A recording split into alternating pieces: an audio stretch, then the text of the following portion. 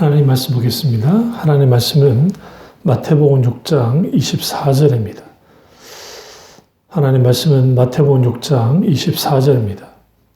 한 사람이 두 주인을 섬기지 못할 것이니 혹이를 미워하고 저를 사랑하거나 혹이를 중히 여기고 저를 경히 여김이라. 너희가 하나님과 재물을 겸하여 섬기지 못하느니라. 아멘. 말씀 제목은 양다리를 걸치지 말라는 제목으로 말씀을 나누겠습니다. 양다리를 걸치지 말라라는 말씀으로 말씀을 나누도록 하겠습니다. 에든 토조 목사님이 오늘 많은 교인들이 양다리를 걸치며 신앙생활을 한다고 했습니다. 하나님도 좋아하고 세상도 좋아하는, 하나님도 좋고 물질도 좋은 그런 상태에 있다고 그랬습니다.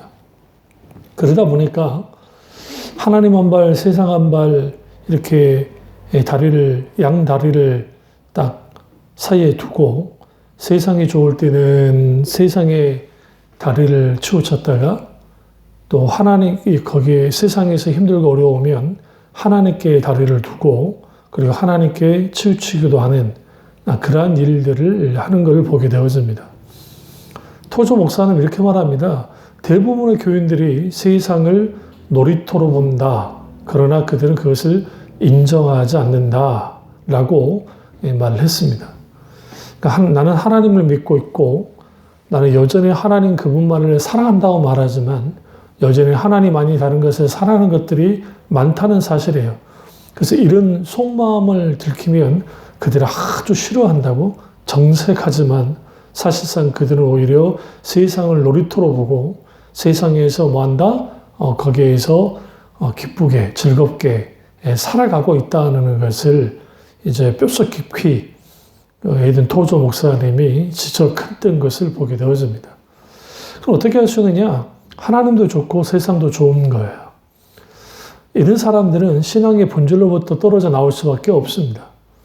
뭐냐면 신앙의 본질은 하나님을 알고 사랑하는 것, 오직 진리 대신 예수 그리스도 십자가만을 바라보고 하나님의 영원한 나라를 갈망하며 살아가는 사람들, 이 사람들이 신앙의 본질에 속한 자들입니다.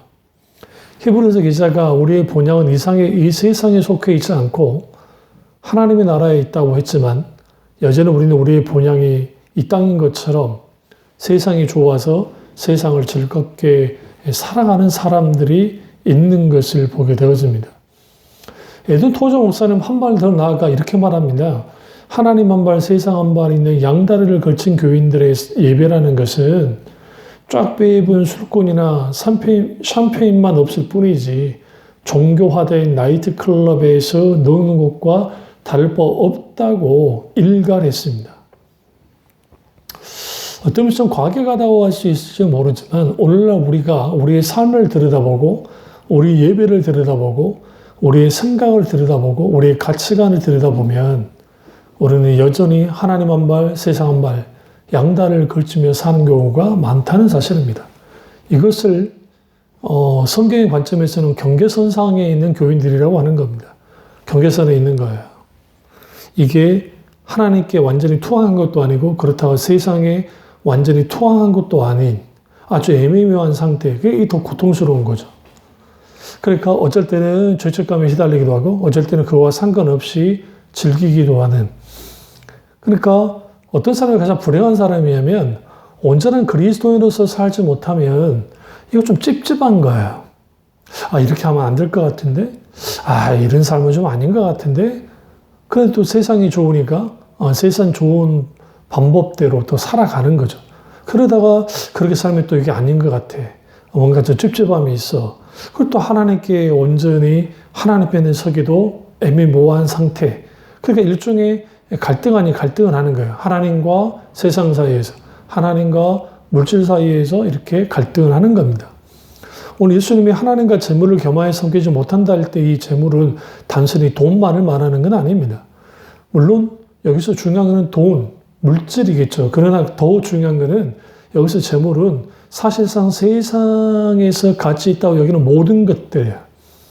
그러니까 하나님과 세상에서 가치 있다고 여기는 것을 함께 섬기지 못한다고 성경은 말합니다. 그런데 오늘날 너무나 많은 교인들이 섬길 수 있다고 생각하니까 문제인 거예요. 예수는 분명하게 두 주를 섬기지 못할 거다라고 말합니다.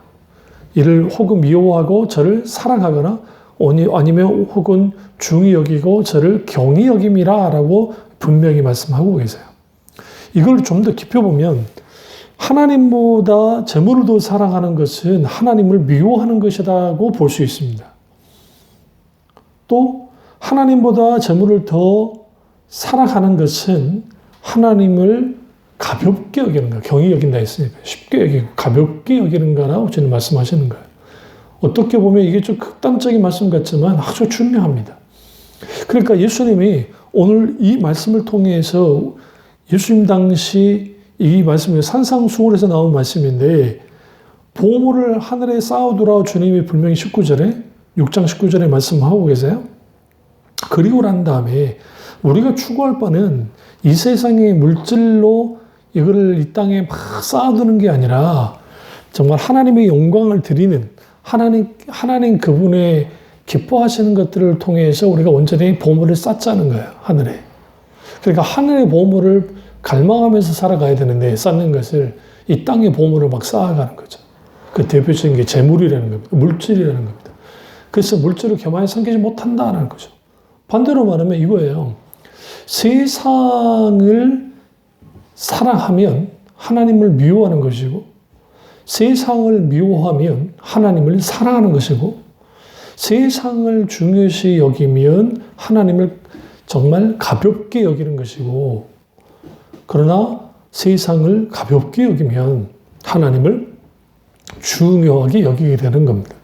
다시 말하면 재물을 미워하면 하나님을 사랑하는 것이고 재물을 가볍게 여기면 하나님을 중요하게 여기는 것이라는 것. 여기서 예수님은 무엇을 분명하게 말씀하고 계시냐면 결국은 가장 소중히 여겨야 될 게 뭐냐는 거예요. 25절에 그 해답이 나와 있습니다. 목숨을 위하여 생명이라는 겁니다. 결국은 이 세상에서 가장 소중한 것은 생명이고 그 영원한 생명은 하나님께로부터 주어졌고 하나님께로부터 주어진 이 영원한 생명이 재물은 비교조차 할 수 없을 만큼의 정말 진정한 가치가 있다는 것이죠. 파스칼이 이런 말을 했습니다. 진짜 진주가 있으니까 가짜 진주가 판을 친다라고 말했습니다.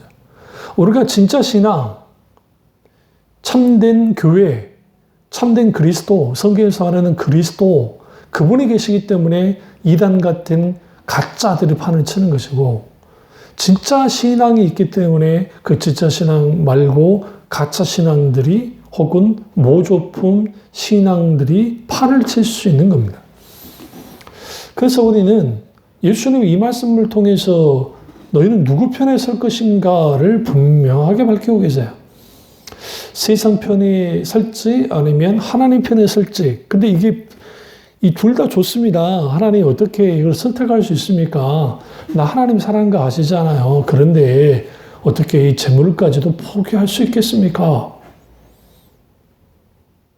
그래서 자기 좋을 대로 어쩔 때는 세상 편에 서고 어쩔 때는 하나님 편에 서는 그러한 일들을 서슴없이 하는 것을 보게 되어집니다. 부자 청년이 예수에게 나와서 그가 깊이 고민하고 있던 영성의 문제, 인생의 참된 문제에 대해서 주님께 나와 질문을 던졌습니다. 그때 예수님이 너가 율법을 지켰느냐고 하니까 그가 5계명부터 10계명까지 다 지켰다고 그가 이렇게 자신 있게 예수님께 말씀드렸습니다. 그래서 예수님 오히려 너에게 부족함이 있는데 내 재물을 팔아서 가난한 자에게 나누어주고 나를 따르라고 말씀합니다. 그때 성경에 보시면 부자 청년이 아주 심각하게 고민했다 그랬어요. 그리고 돌아갔다 그랬습니다. 결론은 난 거죠. 예수님을 뒤따른 게 아니라 심각하게 고민하고 간 거예요. 오늘날 너무나 많은 교인들이 하나님 편에 설 것인가 세상 편에 설 것인가에 대한 진지한 고민, 이 부자 청년처럼 정말 고뇌에 쌓인 그러한 어떠한 고민을 하지 않습니다. 좋은 게 좋은 거라는 것이 널리 퍼져 있어요.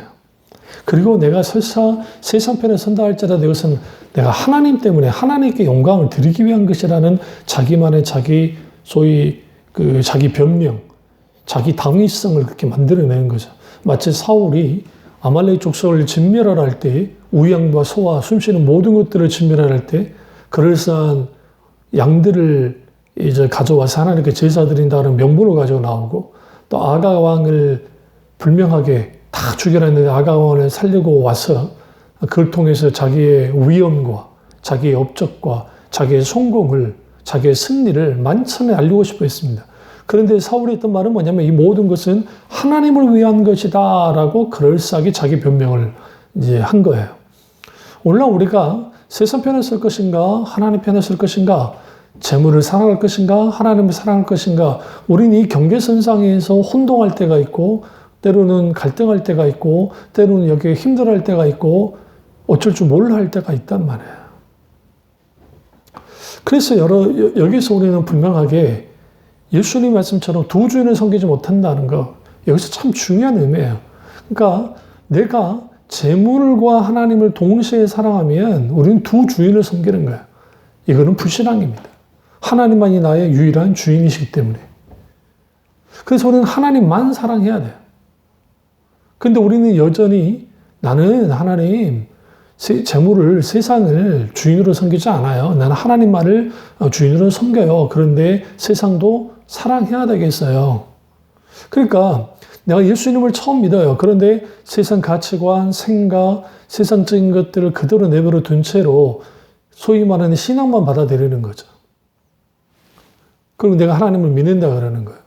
그러니까 이전에 내가 예수님 믿기 전에 가졌던 가치관과 세계관과 이러한 게 변화 없이 소위 종교라고 하는 기독교로서 기독교는 종교가 아니지만 그런 형태로서 이렇게 들어오기 시작하면 거기에 차곡차곡 교리, 기독교적인 용어, 의식, 전통 그런 옷을 착착착 걸쳐 입긴 하지만 사실상 그 사람의 속 사람을 들여다보면 여전히 하나님과 세상을 하나님과 재물을 섬기는 이른바 두 주인을 섬기는 예수님은 있을 수 없다고 그러는데 그게 가능하게 돼버리는 거예요. 이런 사람들 속에서. 그러니까 당연히 그리스도인으로서 정체성을 갖지 못합니다. 사탄은 이걸 가지고 아주 치명적으로 공격을 합니다. 그러니까 성경 말씀에 성경적인 가치관으로 변화되지 않으면 자아중심, 자기중심적인 사고방식이 깨뜨려지고 하나님 중심 방식으로 돌려 바뀌어지지 않으면 우리는 아무리 그분이 목사님이든 장로님이든 권사님이든 안수 집사님이든 일반 집사님이든 상관없이 내가 기독교 교회에서 오랫동안 신앙생활을 했다 할지라도 상관없이 그 사람은 여전히 경계선상에 있는 사람이고 필요할 때마다 하나님 편에 섰다가 세상 편에 섰다가 왔다 갔다 하는 사람이 되어버리는 거죠. 당연히 신앙에 안정감이 없어요.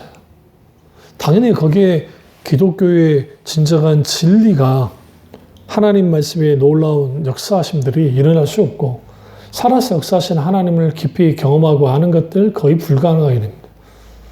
다만 종교심, 어떤 종교적인 체험, 아니면 종교적인 열정 그 모든 것들이 자기 의와 공덕신앙으로 발전될 수 있을지 모르지만 인격적이신 하나님이 전인격으로 살아가고 나의 모든 것들을 들여 주님께 헌신할 뿐만 아니라 하나님과 친밀한 교제 속에서 하나님의 나의 유일한 이유이자 목적되어지는 그런 신앙까지 성장한다는 것은 불가능합니다. 예수님이 이 말씀할 때 재물을 교만히 섬기지 못한다 할 때에 이 말씀을 듣고 있던 청중들은 다 거의 그 빈자의 삶을 살았던 사람입니다. 오늘 하루 일하지 못하면 내일 굶어야 되는 그러한 사람들이었습니다. 그래서 그들에게 있어서는 물질은 생명만큼이나 중요했던 겁니다. 그래서 예수님이 이 말씀하신 다음에 그러므로 내가 너에게 이르노니 말씀하시잖아요. 목숨을 위하여. 그러니까 재물은 그들에게서 정말 생명과 똑같았는데 목숨을 위해 무엇을 먹을까 무엇을 마실까 몸을 위하여 무엇을 입을까 염려하지 말아라. 목숨이 음식보다 중요하지 아니하며 몸이 의복보다 중요하지 아니하냐 라고 하면서 결국은 뭐가 더 중요한 것이냐 생명. 근데 그 생명은 누구로부터 왔어요? 하나님께로부터. 그 생명을 지키시고 그리고 주님이 보호하시고 인도하시면 누구예요? 하나님이시죠. 그래서 예수님이 계속 그 말하는 거예요. 염려하지 말아라. 무엇을 마실까? 무엇을 볼까? 염려하지 말아라. 이는 다 이방인을 구한 것이다. 그러니까 너는 먼저 그의 나라와 그의 의를 구하는 사람이 돼야 된다. 세상 야망과 세상 나라에서 출세하고 성공하고 잘나가고 소위 행복을 추구하고 안락함의 삶을 추구하는 게 그리스도인이 먼저 추구할 게 아니라 먼저 하나님 나라와 하나님의 나라의 의를 구하는 것이 더 중요하다라는 거예요. 경계선상에 있는 혹은 세상 한 발 하나님 한 발 소위 말하는 양다리를 걸치고 있는 교인들의 특징은 뭐냐면 늘 염려 속에 살아간다는 겁니다. 염려와 불안 속에서. 참 재미있는 거는 하나님께 대하여도 염려와 불안함이 있고 세상에 대하여도 염려와 불안함이 있습니다. 그리스도인은 절대로 하나님과의 관계 속에서 염려하고 불안하면 안 됩니다. 근데 그 불안함이 있는 거예요. 우리 속에는 양심이 혹은 또 성경에서 배웠던 목사님의 설교를 통해 들었던 것들이 있어서 이렇게까지 막 나가면 안 될 것 같은데 라고 하는 양심이 작동될 때 있을 겁니다. 그래서 불안하기도 하고 염려하기도 하죠. 여기에서 우리는 뭘 보게 되느냐면 이 경계선상에 있고 양다리를 걸치고 있는 교인들은 진정한 자유와 기쁨을 누릴 수 없다는 사실이고 더더군다나 영적으로 성장한다는 것은 전혀 불가능합니다. 그래서 우리 이런 상태를 깨뜨려야 예수님이 그걸 촉구하고 계시는 거예요. 오늘날 대부분의 교회가 많은 교회가 이제 믿음에 대한 강조, 회개에 대한 강조를 합니다. 어느 날인가 회개는 일회용으로 전락해버렸어요. 내가 중생의 체험을 할 때 하게 되는 그런 일회용으로. 그래서 회개에서 내가 믿음을 갖고 중생의 체험을 했고 그리고 예수 그리스도의 십자가의 공로로 구원을 받고 그걸로 구원이 완성됐다고 하는 물론 그 즉각적인 구원이 일어나긴 하지만 그러나 이미 구원을 이루라고 하는 성경의 말씀에 있는 것처럼 우리는 성화의 구원과 영화의 구원을 바라보면서 우리는 정말 주님과의 관계 속에서 예수 그리스도를 닮아가는 삶을 신앙생활을 해나가야 되는데 그런 거 없이 모든 것을 무너뜨려 버린 거죠. 그러다 보면 신앙생활 하다 보면 어느 시점인가 나는 회개가 없는 믿음을 갖게 되고 십자가 없는 그리스도를 영접하게 되고 향함이 없는 믿음, 거듭남이 없는 구원에 대한 외침이 강단에서 넘쳐나게 되는 거예요. 왜 그러냐면 사람들에게 부담스러워지니까요. 오늘날 경계선상에 사람들이 있고 싶어 해요. 양다리를 걸치고 싶어 해요. 왜냐하면 늘 제가 말씀드렸지만 하나님은 가까이 하게 넘으면 당신 같은 분이기 때문에 너무 가까이 계시면 부담스럽고 너무 가까이 있으면 내가 정말 마음대로 할 수 못할 것 같으니까 그렇다고 또 내가 하나님을 아예 멀리 떠나버리면 내가 불안해. 왜? 이러다가 내가 지옥 가는 거 아닌가? 이러다 잘못되는 거 아닌가? 라는 불안함이 있기 때문에 적당한 거리 속에서 하나님이 있어주기를 원해요. 그리고 하나님 한 발, 세상 한 발 두는 거죠. 그리고 신앙생활을 하는 거예요. 힘들고 어려우면 즉각 하나님께 달려와서 기도하긴 하지만 그 문제 해결하면 다시 예전으로 돌아가 버리는 그런 일들을 반복하는 이유 중에 하나는 뭐냐면 결국은 하나님과의 관계가 일종의 이해관계로 얽혀져 버린 거예요. 하나님이 내게 뭔가 좋은 걸 해주시면 내가 하나님께 충성봉사하겠습니다. 때로는 그렇게는 너무 염치 없는 것 같이 느껴지는 분들은 내가 하나님 먼저 이렇게 봉사 열심히 했잖아요. 그러니까 하나님께서 내게 이렇게 복을 주십시오라고 하는 그런 식으로 하나님께 달려가는 거죠. 그런 식으로 신앙생활 하는 사람들 속에서 있게 되는 게 뭐냐면 결국은 진정한 구원의 감격, 십자가 복음의 능력을 맛보는 삶, 하나님 중심적인 삶 속에서 주어지는 하나님의 놀라운 유업과 하나님의 생명의 넘쳐남, 하나님의 임재와 성령의 기름 부음, 하나님과 친밀한 만남, 친밀한 교제, 하나님의 성령의 기름 부음, 그리고 말씀을 깊이 깨달아 하는 것들, 삶 속에서 주어지는 하나님의 세밀한 개입하심과 역사하심들을 경험하며 살아가지 못하는 거죠. 그래서 막연한 하나님을 믿는 거예요. 그냥 그럴싸한 하나님, 내 생각 속에 있는 하나님, 누군가의 간증 속에 있는 하나님, 그런 하나님을 믿으면서 근근히 신앙인이라고 하는 그리스도인이라고 하는 명맥을 유지하면서 겨우 자기 신앙 하나도 감당하지 못하고 주체하지 못하고 신앙생활 하는 사람들이 너무나 많습니다.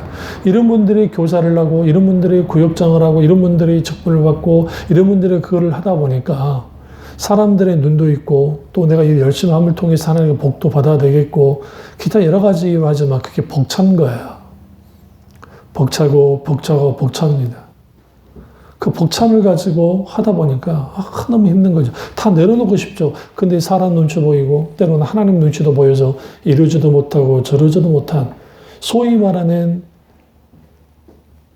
예수 그리스도를 믿는데도 즐거움도 없고 기쁨이 없는 거예요. 왜요? 양다리를 걸치고 있어서 그렇습니다.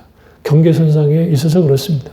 그러니까 여러분 우리가 이 세상에서도 살 때 가장 힘든 사람이 누구냐?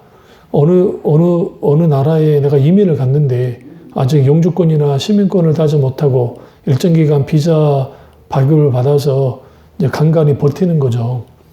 근데 그 비자가 안 나오면 난 당장 본국으로 돌아와야 되는 그런 상황에 있는 사람들, 그러니까 늘 불안할 수밖에 없죠. 힘들고 어렵죠. 그러니까 뭔가 움츠러들죠. 오늘날 그런 분들이 너무 많다는 거예요.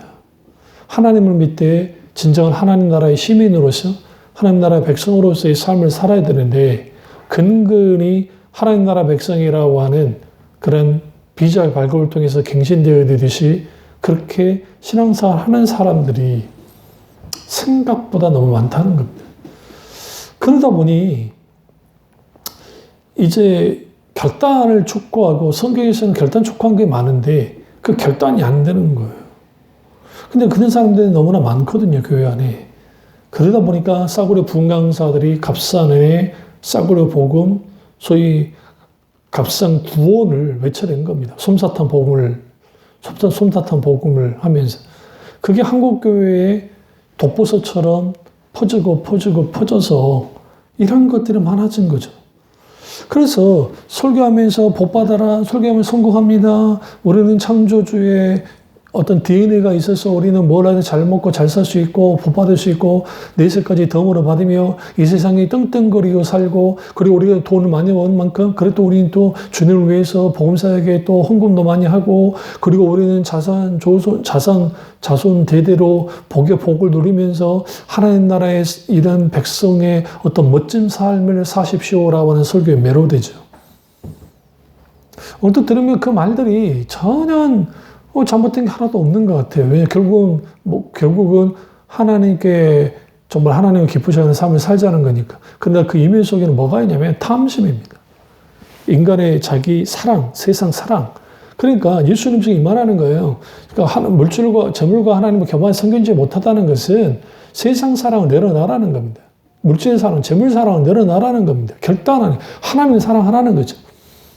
그러니까 자기를 사랑하고 세상을 사랑하고 재물을 사랑하는 사람들은 하나님을 사랑 못합니다. 절대로. 하나님 사랑을 못하는 사람들이 그렇다고 해서 하나님을 미워할 수는 없고 근데 예수님은 미워하는 거라고 그러잖아요.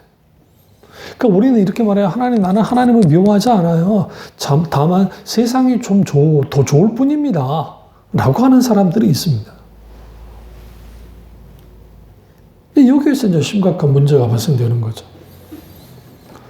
그러니까 현실인식, 신앙인식, 정말 나 자신에 대한 영적 상태에서 딱 들여다보시면 이게 얼마나 치명적인 건지를 깊이 생각지 않아요. 그래서 만들어낸 게 뭐냐면 정말 믿음 좋고 정말 영적으로 거성들이나 이 부분에 살 수 있는 것이지 우리 같은 피레미들은 못한다고 말하는 거예요. 그러나 예수님이 이 말씀했던 청중들은 모두에게 이 말씀하신 거예요. 단순히 수지자였던 제자들에게 베드로, 안드레, 요한에게 한 게 아니고 모든 사람들에게 이 말씀을 하고 계시는 거예요. 이 말씀을 듣고 있는. 여기서 우리는 분명하게 뭘 봐야 되냐면 내가 하나님보다 더 사랑한 것이 있다고 한다면 그것은 아주 심각한 것이구나. 그 대상이 사람이든 그 대상이 쾌락이든 그 대상이 권력이든 돈이든 어떤 것 상관없이 하나님보다 더 사랑한 모든 것들은 심각한 죄이고 결국은 그 행위 자체가 하나님을 미워하는 거라는 거예요.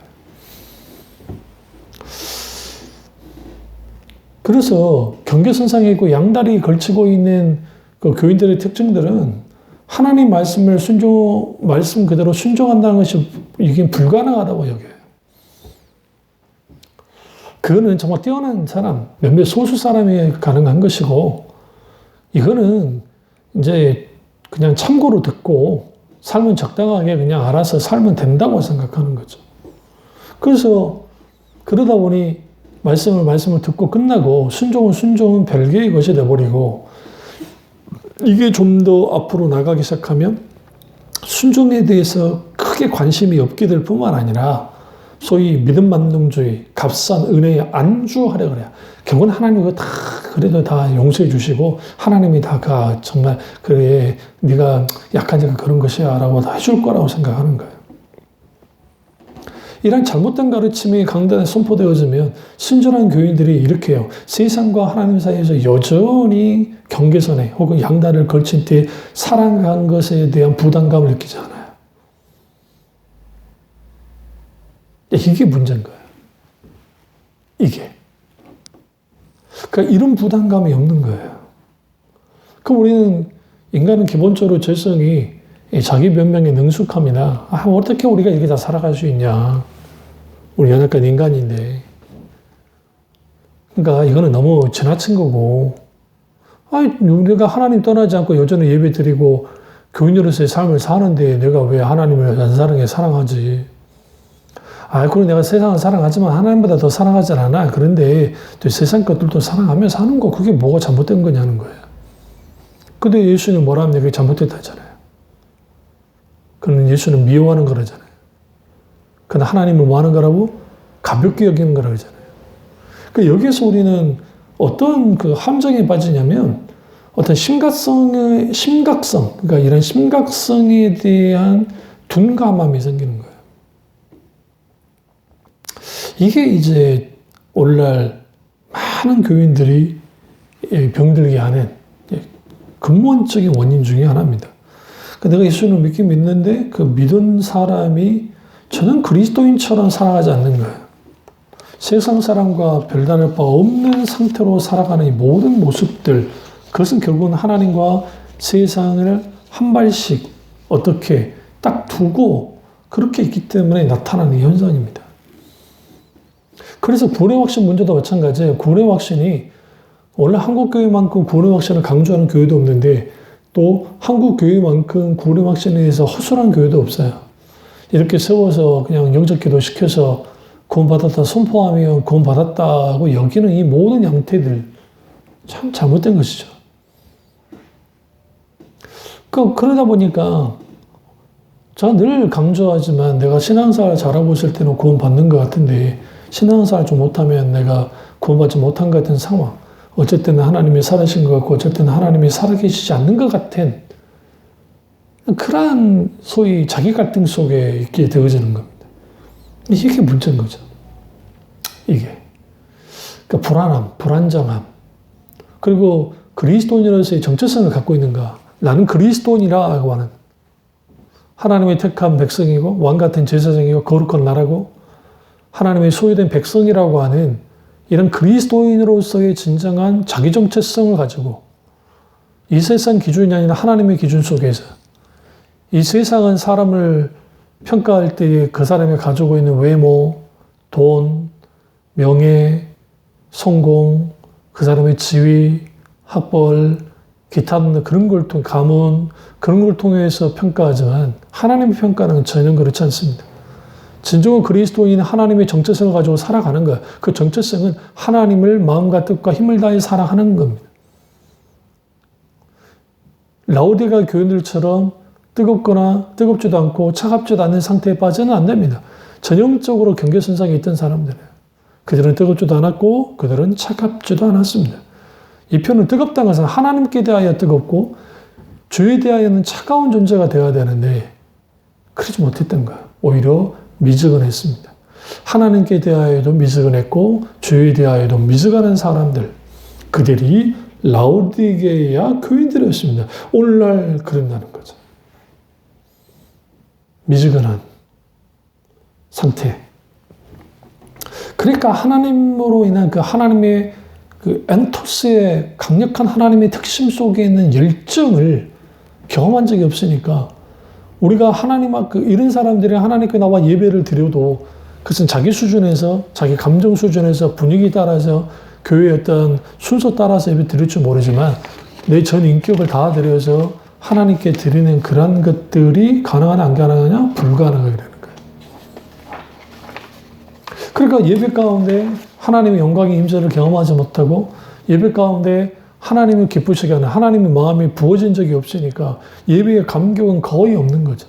다만 교회 사이즈들 따라죠. 그래서 대형 교회들은 화려한 성가대와 어마어마한 악기와 조명과 그 다음에 음향과 그리고 세련된 연습되어지고 세련된 예배의 순서를 인도하는 그런 것들 프로그램과 그 다음 멀티미디어 뭐 그런 영상 어떠한 그런 것들 그런 걸 통해서 사람들이 예배를 드리면 거기에서 아주 동화되어지고 거기에 뭔가 분위기에 아주 그럴싸한 예배를 드린 것 같긴 한데 정작 뭐가 빠지냐면 살아서 역사하신 하나님을 인격체의 하나님을 예배 가운데 만나지 못하고 하나님께 영광 드리는 것은 거의 없는 그런 일들이 벌어지는 거예요.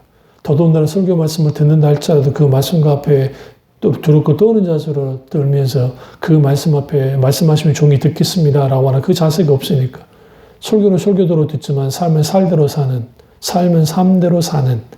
그러니까 하나님의 말씀을 삶에서 살아내는 일들이 믿음을 삶에서 살아내는 일들이 거의 없는 거예요.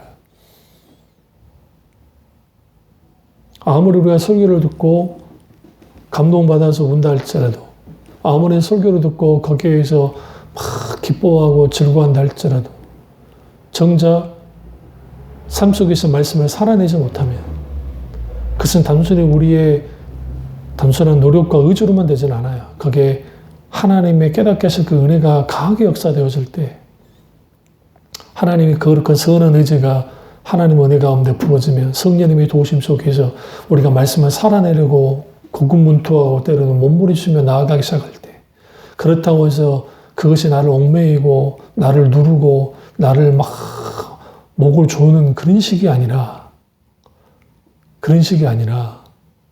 하나님께로부터 주어지는 놀라운 은혜가 그렇게 하게 만들기 시작할 때 거기로부터 놀라운 하나님의 말씀에 열매들이 맺어지는 겁니다.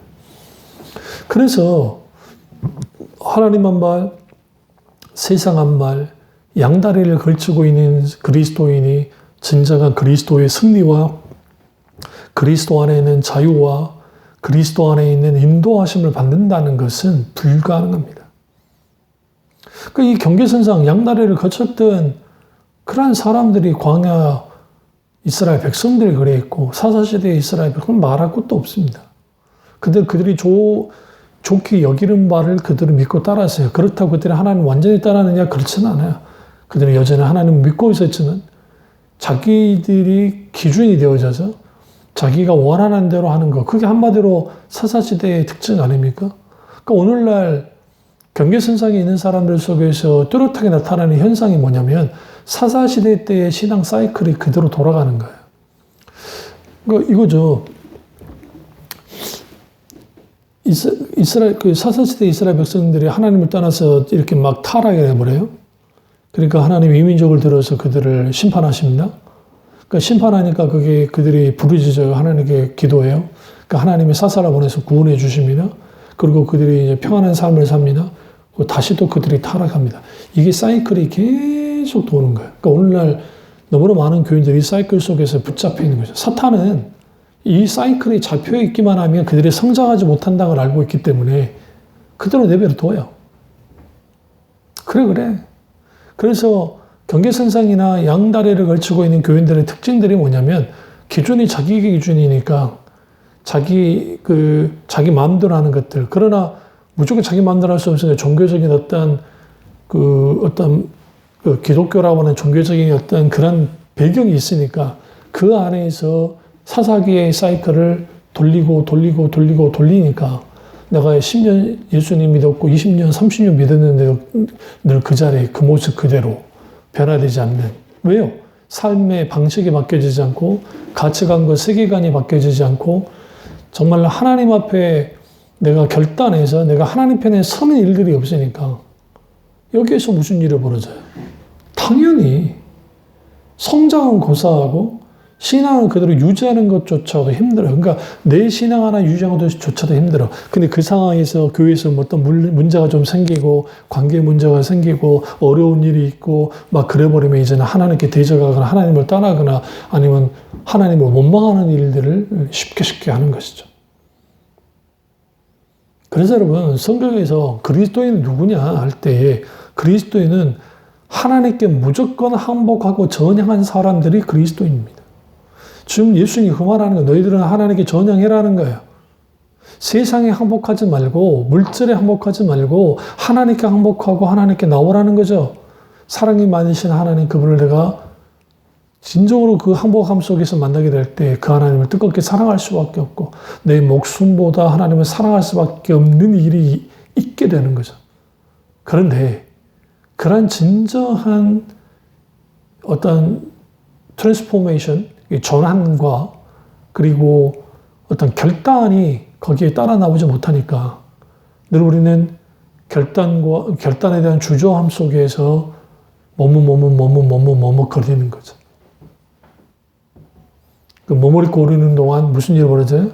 마치 광야 출애굽한 이스라엘 백성들이 뒤에는 애국 군대가 쫓아오고 있고 죽이러 쫓아오고 있고 앞에는 홍해가 가로막혀 있는 그런 상태에 빠지는 거예요. 그래서 아무리 울부짖어봤자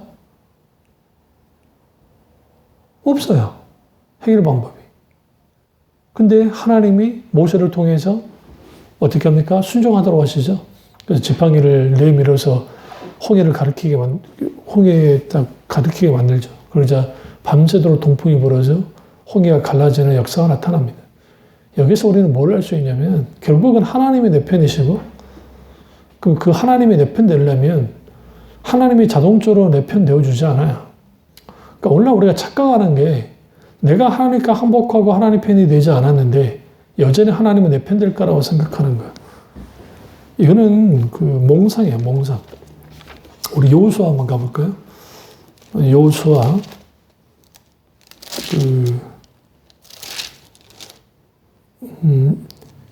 여호수아 5장을 보시면 5장 13절에서 15절입니다. 여호수아가 여리고에 가까이 이르렀을 때 눈을 들어본 적 한 사람이 칼을 빼어 손에 들고 마주 서 있는지라. 여호수아가 나아가서 그에게 묻되 너는 우리를 위하느냐 우리의 적들을 위하느냐 하니 그가 이르되 아니라 나는 여호와의 군대 대장으로 지고 왔느니라 하는지라. 여호수아가 얼굴을 땅에 대고 엎드려 절하고 그에게 이르되 내 주여 종에게 무슨 말씀을 하려 하시나이까. 여호와의 군대 대장이 여호수아에게 이르되 내 발에서 신을 벗으라. 내가 저것은 거룩하니 여호수아가 그대로 행하니라. 여기서 여호수아가 이제 요단강을 건너고 난 다음에 이제 여리고 성을 공격하기 일보 직전, 그 직전에 여리고 평지로 혼자 나왔었습니다. 그때 어떤 한 사람이 있었는데 그 한 사람이 칼을 빼어 손을 두고 마주 서고 있었습니다. 그러니까 여호수아가 나가서 묻는 겁니다. 너는 우리 편이냐 아니면 적들 편이냐라고 물었습니다. 그러니까 이게 아주 중요한 거예요. 우리를 위하느냐 적을 위하느냐 하는 것은 누구 편이냐는 거예요. 그런데 그 사람이 그 존재가 뭐라고 말하냐면 나는 여호와의 군대 대장이다. 여기서 우리는 분명히 알아야 돼요. 여러분, 저 말이 안 되잖아요. 여호와의 군대 대장이면 당연히 여호수아 편 돼야 되잖아요. 근데 그 군대 대장이 뭐라고 하느냐? 나는 여호수아 너 편이야 라고 말하지 않고 나는 하나님 편이라고 말하는 거예요. 사실은 이분은 누구냐? 성령 시인하기 전에 예수 그리스도라고 보시는 대부분 많은 학자들 이렇게 봅니다. 그러니까 그 소리를 듣고 얼굴에 땅을 대고 엎드려 절했습니다. 이게 뭐예요? 무슨 행위예요? 항복하는 거죠. 그러니까 우리가 하나님 편에 설 것인가 세상 편에 설 것인가 할 때 요구되는 게 뭐냐면 하나님께 항복하는 거예요. 엎드려 절하는 거죠. 결국 나의 가지고 있는 이 소위 말하는 세상의 가치들을 다 내려놔야 돼요. 내려놓음 없이 하나님을 향한 항복함 없이 내가 하나님 편에 선다는 것은 불가능합니다. 그리고 엎드려 절했습니다. 그리고 여기에 참 중요한 게 주여 종에게 무슨 말씀을 하려 하시나이까. 여기에서 우리가 신앙의 가장 중요한 점을 발견하는 거예요. 주님 내게 무슨 말씀하기 원하십니까? 우리가 주일날 아니면 예배 드릴 때 설교를 들을 때 하나님 오늘 내게 무슨 말씀 하시기 원하세요? 말씀하십시오 주님, 종이 듣겠습니다라고 하는 태도를 가져야 돼요. 논란 이런 태도가 왜 많이 사라졌냐면 하나님 앞에 항복하지 않으니까, 경계선상에 있는 사람들이니까 자기들이 듣고 싶어하는 설교, 자기들이 원하는 설교, 자기들에게 힘주고 위로주는 설교만을 원해요. 그리고 소위 쉬운 설교, 이해하기 좋은 설교, 예화가 많은 설교, 이야기가 많은 설교, 감동 주는 설교, 기타 등등 그런 것들만을 원해요. 그리고 그런 것들을 들으면 기분 좋아지고 뿌듯해해요. 그리고 오늘 나 예배 드렸구나 그렇게 생각하죠. 하나님께 자기가 드리는 예배가 받아들이지 않을까라는 생각조차도 하지 않아요. 아벨과 가인의 제사도 하나님이 받지 않으셨던 하나님인데, 아벨의 제사만 받았던 하나님인데, 우리는 자동적으로 내가 예배를 나오면 하나님의 예배를 받을까라고 생각하는 그런 어처구니 없는 생각들을 하고 있다는 거예요. 단순히 정성을 들여서 열심을 다해서 예배 드리면 또 다 되는 겁니까? 그렇지 않습니다. 정성 중요하지만 예수의 말씀처럼 성령과 진리를 예배 드리지 않으면, 사도 바울이 로마서 12장에 말했던 것처럼 우리 몸을 산제사로 하나님께 예배 드리지 않으면 하나님이 받으시는 예배가 되지 않는 거예요. 근데 그 예배가 가능하려면, 예배조차도 몸을 산제사로 드린다, 내가 죽어지는 것, 내가 항복해지는 것, 내가 하나님 편에 온전히 드려지는 것, 내가 하나님 편에 온전히 서는 것, 그것이 오늘 우리가 예배 드림의 가장 중요한 것인 것처럼, 우리가 신앙생활하면서 내가 매 순간순간 내 자아가 살아나려고 하고 세상 것들이 살아나려고 할 때마다 우리는 그걸 어떻게 해요? 제어하고 죽여야 돼요. 매 순간순간. 그래서 사도 바울이 나는 날마다 죽노라고 서로 외쳤던 겁니다. 이런 자기 옛 자아에 대한 자기 죽음이, 이런 것들이 회개의 기도이든 회심이든 기타 등등 반복적인 회심이든 그런 걸 통해서 일어나야만 우리가 분명하게 자기 정체성, 자기 위치, 자기 포지션, 어떤 포지션, 내가 하나님 편에 섰다는 사실. 명심하십시오. 이 설교를 듣고 있는 분들, 내가 하나님 편에 서야 하나님이 내 편 되세요. 그래서 여호수아가 엎드렸던 겁니다. 그리고 하나님이 내 편 된다는 것은 뭐냐면, 주님 말씀, 무슨 말씀하기 원하십니까? 이 말 속에는 그 말씀대로 순종하겠습니다 라는 것을 분명하게 드러내는 것이고, 그 순종의 자세를 하나님께 보여주려는 거예요. 그때 여호수아에게 이릅니다. 내 발에서 신을 벗어라. 내 선 곳은 거룩한 곳이다. 여호수아가 그대로 뭐합니까?